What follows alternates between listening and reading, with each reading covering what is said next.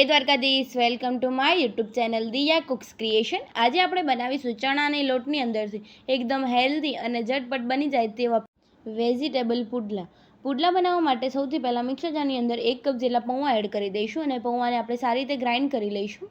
તમે જોઈ શકો છો અહીંયા પૌવાનો સારો એવો પાવડર બનીને તૈયાર થઈ ગયો છે। હવે તે જ મિક્સર જારની અંદર આપણે 6 થી 7 કળી જેટલું લસણ એડ કરી દઈશું અને 6 થી 7 લીલા મરચાં એડ કરી દઈશું અને 1 ઇંચ જેટલો આદુનો કટકો એડ કરી દઈશું અને તેને સારી રીતે ફાઇન ચોપ કરવા માટે તેની અંદર 2 મોટી ચમચી જેટલું પાણી એડ કરીને તેને આપણે સારી રીતે ગ્રાઇન્ડ કરી લઈશું।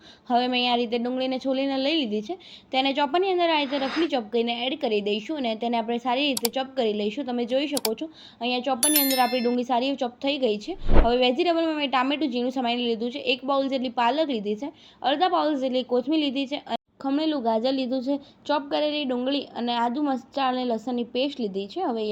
હવે મેં અહીંયા એક મિક્સર બાઉલ લઈ લીધું છે, તેની અંદર આપણે આ રીતે ગળણી રાખી દઈશું અને તેની અંદર 1 કપ જેટલો ચણાનો લોટ એટલે કે બેસન એડ કરી દઈશું અને તેને આપણે આ રીતે સારી રીતે ચાળી લઈશું, જેથી કરીને તેની અંદર કોઈ જ પ્રકારના લમ્સ કે ગાંઠા ન રહી જાય।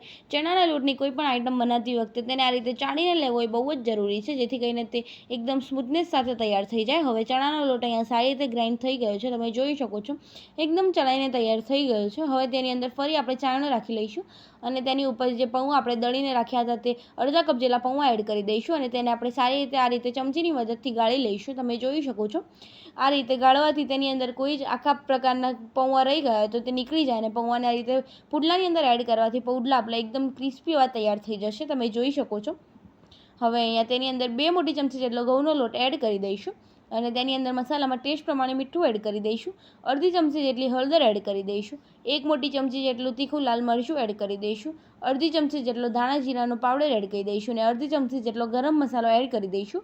હવે મસાલાને આપણે સારી રીતે મિક્સ કરી લઈશું। તમે જોઈ શકો છો લોટની અંદર બધા જ મસાલા અને બધા જ લોટ મિક્સ થઈ ગયા છે, તમે જોઈ શકો છો અહીંયા। હવે તેની અંદર આપણે જે વેજીટેબલ એટલે કે લીધા છે તેને 1 બાઉલ જેટલી પાલક એડ કરી દઈશું। પાલક એડ થઈ જાય ત્યારબાદ ખમણેલું ગાજર અને અડધા બાઉલ જેટલી કોથમીર એડ કરી દઈશું, 2 મોટી ચમચી જેટલી આદુ મરચાં અને લસણની પેસ્ટ એડ કરીને તેની અંદર 2 મોટી સાઇઝની ડુંગળી ચોપ કરી રાખી છે તેને એડ કરી દઈશું અને અડધું ટામેટું જે ઝીણું ચોપ કરી રાખ્યું છે તેને એડ કરી દઈશું અને તેને આપણે સારી રીતે મિક્સ કરી લઈશું। તમે જોઈ શકો છો અહીંયા બધા જ વેજીટેબલ સારા એવા મિક્સ થઈ ગયા છે। આ રીતે મિક્સ કરવાથી તેની અંદર કોઈ જ પ્રકારના લમ્સ કે ગાંઠા નહીં રહી જાય।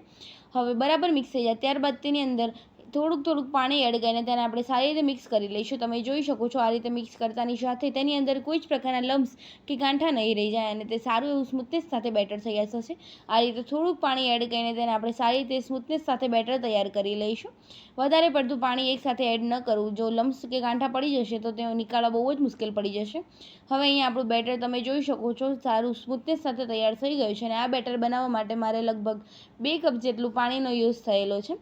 હવે મેં અહીંયા આ રીતે નોનસ્ટિક તવો એટલે કે ઢોસાનો તવો ગરમ કરવા મૂકી દીધો છે, તે ગરમ થાય ત્યારબાદ તેની અંદર આ રીતે તેલ ગ્રીસ કરી લઈશું અને તેની ઉપર અડધા ચમચા જેટલું બેટર એડ કરી દઈશું અને તેને આ રીતે પુડલાના શેપની અંદર સ્પ્રેડ કરી દઈશું। તમે જોઈ શકો છો જેટલી થિકનેસ સાથે તમારે પુડલો જોવે તેટલી થિકનેસ સાથે તમે સ્પ્રેડ કરી દઈશું। હવે તેની આરપાર આ રીતે તેલ એડ કરી દઈશું, જેથી કરીને તે ક્રિસ્પી સાથે તૈયાર થાય અને આવું રીતે ઉપરની સ્કિન ડ્રાય થઈ જાય ત્યારબાદ તેને આપણે આ રીતે ઉખાડીને પલટાવી લઈશું। તમે જોઈ શકો છો આ ઉપરથી આ રીતે પ્રેસ કરતાની સાથે તેને આપણે બંને સાઈડથી ક્રિસ્પી તૈયાર કરી લઈશું। તમે જોઈ શકો છો અહીં આપણો પુલ્લો તૈયાર થઈ ગયો છે। હવે તે જ રીતે સેમ પ્રોસેસથી આપણે ફરી તેલ ગ્રીસ કરી લઈશું અને તેની ઉપર અડધા ચમચા જેટલું બેટર એડ કરી દઈશું।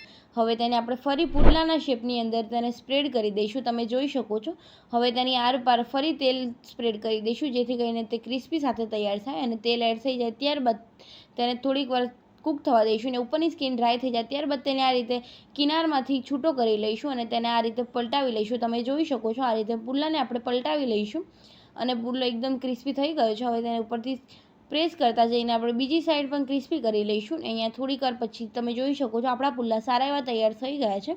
તેને સર્વિંગ પ્લેટની અંદર સર્વ કરી દઈશું। સર્વ કરતી વખતે તમે જોઈ શકો છો એકદમ સારા એવા પુલ્લા તૈયાર થઈ ગયા છે અને એકદમ ક્રિસ્પી એવા પુલ્લા તૈયાર થઈ ગયા છે। તેને હું સોસ સાથે સર્વ કરી રહીશું। તમે તેને ચટણી કે દહીં સાથે પણ સર્વ કરી શકો છો। અહીં આપણી સર્વિંગ પ્લેટ સર્વ થઈને તૈયાર થઈ ગઈ છે। જો તમને મારી આ રેસીપી ગમી હોય તો લાઇક કરજો, શેર કરજો અને કમેન્ટ કરજો। કમેન્ટ બોક્સમાં મને જરૂર જણાવજો કેવી લાગી મારી આ રેસીપી અને હા, મારી ચેનલ પર જો નવા હોય તો ચેનલને સબસ્ક્રાઈબ કરી દેજો અને બેલ આઇકન જરૂર દબાવજો, જેથી કરીને મારી અવનવી રેસીપી તમને સૌથી પહેલાં જોવા મળે। મળીએ કોઈ નવી રેસીપી સાથે, ત્યાર સુધી બધાને જય દ્વારકાધીશ, જય શ્રી કૃષ્ણ।